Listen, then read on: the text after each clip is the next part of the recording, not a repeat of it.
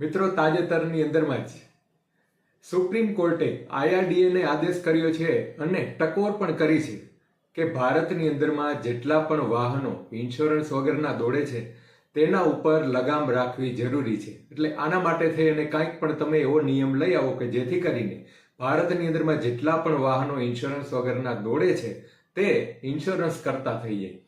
આના માટે થઈ અને ગવર્મેન્ટે ખાસ હાલમાં વિચારેલ છે કે આવી રીતે તો દરેક વ્યક્તિને આપણે કહેવા જાશું તો ઇન્સ્યોરન્સ કોઈ નહીં લે.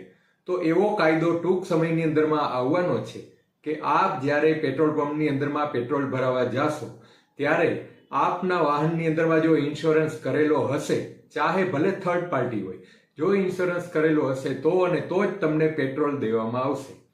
હવે પેટ્રોલ વગર તમે ગાડી ચલાવી નહીં શકો, એટલા માટે થઈ અને ફરજિયાત તમારે ઇન્સ્યોરન્સ કરાવવો પડશે. પણ આ નિયમ છે શા માટે જરૂરી છે? કદાચ ઘણા લોકોને લાગતું હશે કે વાહન અમારું છે, ઇન્સ્યોરન્સ કરાવવો કે ન કરાવવો અમારી મરજીની વાત છે, એમાં બીજા લોકોને કે ગવર્મેન્ટને શું છે. પણ મિત્રો, વસ્તુ એવી થાય છે, આજે તમારી પાસે વીમો નથી, તમારી પાસે 4 વ્હીલ છે કે 2 વ્હીલર છે, કોઈ પણ વાહન છે, તમારી પાસે થર્ડ પાર્ટી પણ ઇન્સ્યોરન્સ નથી, તમે વાહન લઈને નીકળો છો, તમારું વાહન બીજા વ્યક્તિની સાથે અથડાય છે, બીજા વાહનની સાથે અથડાય છે, એટલે બીજા વાહનની અંદરમાં જો કાંઈ પણ ડેમેજ થાય છે અથવા તો વ્યક્તિને કાંઈ પણ ઈજા થાય છે કે વ્યક્તિનું ડેથ થઈ જાય છે, તો શું તમે એને પૈસા ચૂકવવાના છો?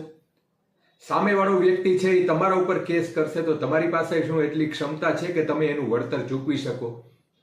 આના માટે થઈ, સામેના વ્યક્તિના પ્રોટેક્શન માટે થઈ અને તમારા પ્રોટેક્શન માટે થઈ અને તમારે થર્ડ પાર્ટી ઇન્સ્યોરન્સ જરૂર છે, લેવો જોઈએ. ગવર્મેન્ટ કહે કે ન કહે, કારણ કે કાલ સવારે તમારી એટલી ક્ષમતા નથી. સામેવાળો વ્યક્તિ જ્યારે તમારા ઉપર કોઈ પણ જાતનો ક્લેમ કરશે કે આરોપ મૂકશે કે તમારા લીધે મારા વ્યક્તિનું 100 વ્યક્તિનું ડેથ થઈ ગયું છે તો તમે પૈસા ચૂકવો, તો જો તમારી પાસે થર્ડ પાર્ટી પણ જો ઇન્સ્યોરન્સ હશે તો એ ક્લેમ છે તમારે ભોગવવો નહીં પડે, તમારી જે કંપની છે એના ઉપર ક્લેમ કરશે સામેનો વ્યક્તિ છે, તો તમે આનાથી બચી જશો.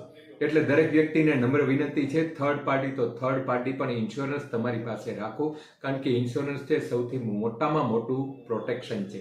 ભલે આ નિયમ આવે ગવર્મેન્ટનો, આપણે તકલીફ પણ પડે, પણ આવો જ્યારે બનાવ બનશે ત્યારે આ વસ્તુ છે એ તમને કામ આવશે.